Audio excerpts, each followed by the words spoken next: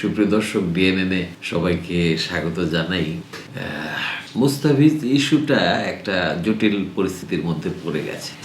আমি গতকাল দেখতেছিলাম বিভিন্ন জায়গায়, বিশেষ করে বাংলাদেশে একটা রিয়াকশন হয়েছে।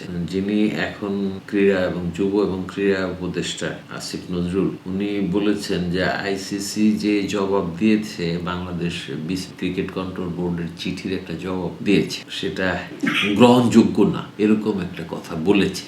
তো আমার কাছে যেটা মনে হলো যে আইসিসি একটা লেজে গোবরে অবস্থা, এবং বিসিবি যে বিষয়টা সিকিউরিটি কনসার্নের কথাটা বলেছে যে ভারতে সিকিউরিটি কনসার্ন আছে, তো আইসিসি পাকে প্রকারে এটা মেনে নিয়েছে, বলছে, তারাও বলতেছে যে বাংলাদেশের সিকিউরিটি কনসার্ন। তবে কেন সিকিউরিটি কনসার্ন সেটা কিছু অদ্ভুত ব্যাপার, এটা আসলে হাস্যকর ব্যাপারই বলা যায়। তারা বলতেছে যে মোস্তাফিজুর রহমানকে দলে রাখলে সিকিউরিটি সমস্যা।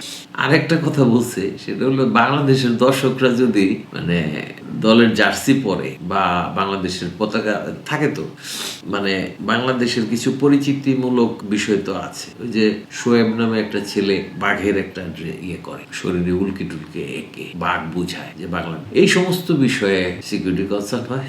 আরেকটা যেটা সবচেয়ে হাস্যকর, সেটা হচ্ছে নির্বাচনের কাছাকাছি আসলে এটা সিকিউরিটি কনসার্নটা বেড়ে যায়। তো বাংলাদেশে তো নির্বাচন 12 ফেব্রুয়ারি, তো সেক্ষেত্রে বিশ্বকাপ তো শুরু হবে 7 ফেব্রুয়ারি। তো এটা তো আইসিসি স্বীকার করেই নিল যে হ্যাঁ সিকিউরিটি কনসার্ন আছে। এখন মুশকিলটা হয়েছে যেটা, সেটা হলো যে আইসিসি যে একটা আন্তর্জাতিক সংস্থা, তাদের এই চিঠিতে সেটা বোঝা যায় না। তারা মনে হয় নির্দেশিত হয়ে কিভাবে উত্তরটা দেবে, সেটা তারা কোনো জায়গা থেকে নির্দেশিত হয়ে সেইভাবে উত্তরটা দিচ্ছে। তো এখন আইসিসির সমালোচনাটা কি করব, এখানে সবচেয়ে বাংলাদেশি হিসাবে তো বিষয়গুলি অস্বস্তিকর, কিন্তু যদি একটা আন্তর্জাতিক সংস্থার দক্ষতার জায়গাটা, প্রফেশনালিজমের, পেশাদারিত্বের জায়গাটা বিবেচনা করা হয়, তাহলে এটা কি বলবো, একেবারেই অদক্ষতার চূড়ান্ত একটা বিষয়। একটা জটিল পরিস্থিতি তৈরি হলে কিভাবে হ্যান্ডেল করতে হবে, এটা সম্ভবত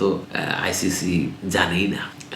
আমার হাসি পাচ্ছে বিষয়টাগুলি, আসলে যতটা না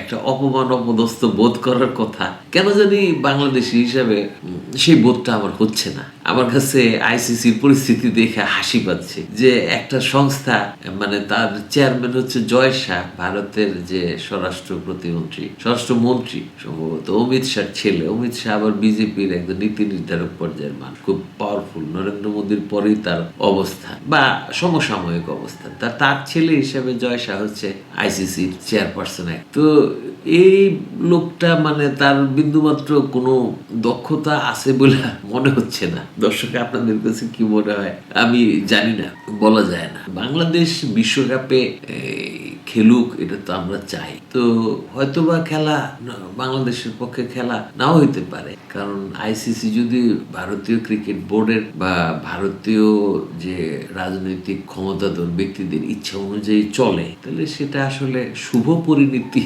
ভবিষ্যতের জন্য সেটা বয়ে আনবে না।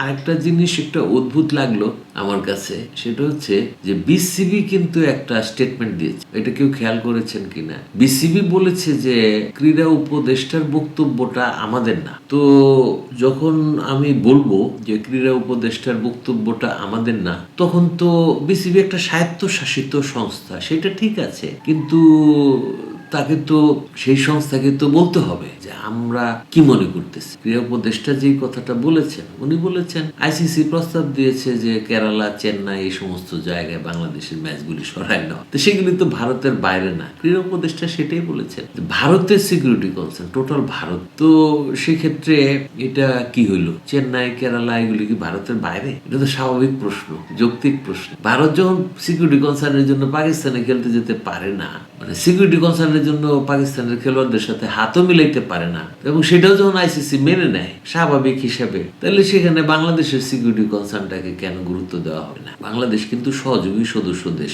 বাংলাদেশ কিন্তু পূর্ণ সদস্য আইসিসি। তো নিশ্চয়ই ক্ষমতার মানে কিছু ভীতি থাকে, বাংলাদেশ অতটা শক্তিশালী জায়গায় নাই। এটা তো ঠিক আছে, এগুলি তো বাস্তব। কিন্তু যাই থাকুক, একটা আন্তর্জাতিক সংস্থা তো সবার জন্য আইন সমান, এই ধরনের একটা বিষয় তো করা উচিত। তো সেটা তো হয় নাই। এখন এই প্রশ্নের জবাব কে দিবে?